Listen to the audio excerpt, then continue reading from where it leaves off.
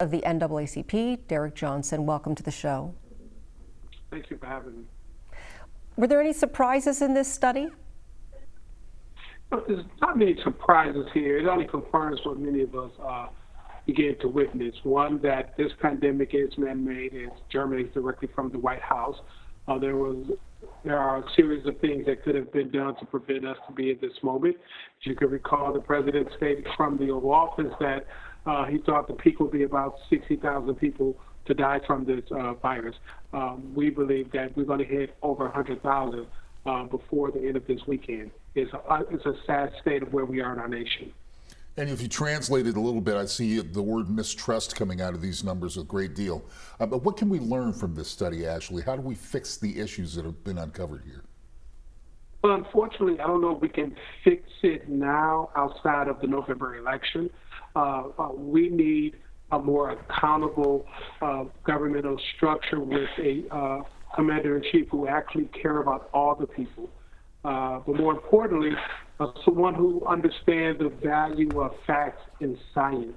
The study also showed us that African Americans, like majority of Americans, we're looking for advice from our public health officials, not political speak, not someone seeking a political outcome, not someone who's putting profit above people, but someone who care about the safety and the welfare and the health of our community, of our country.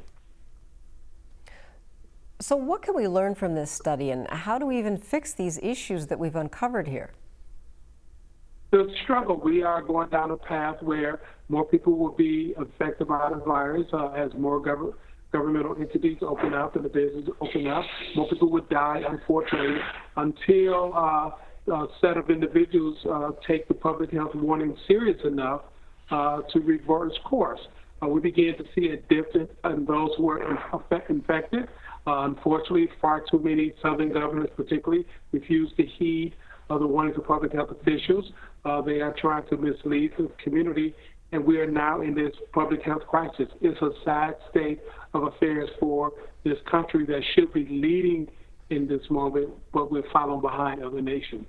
And there was one other disturbing number that I see here. 66% believe that race is a factor in police treatment in regards to reopened protesters, such as we saw in Michigan in the last couple of weeks.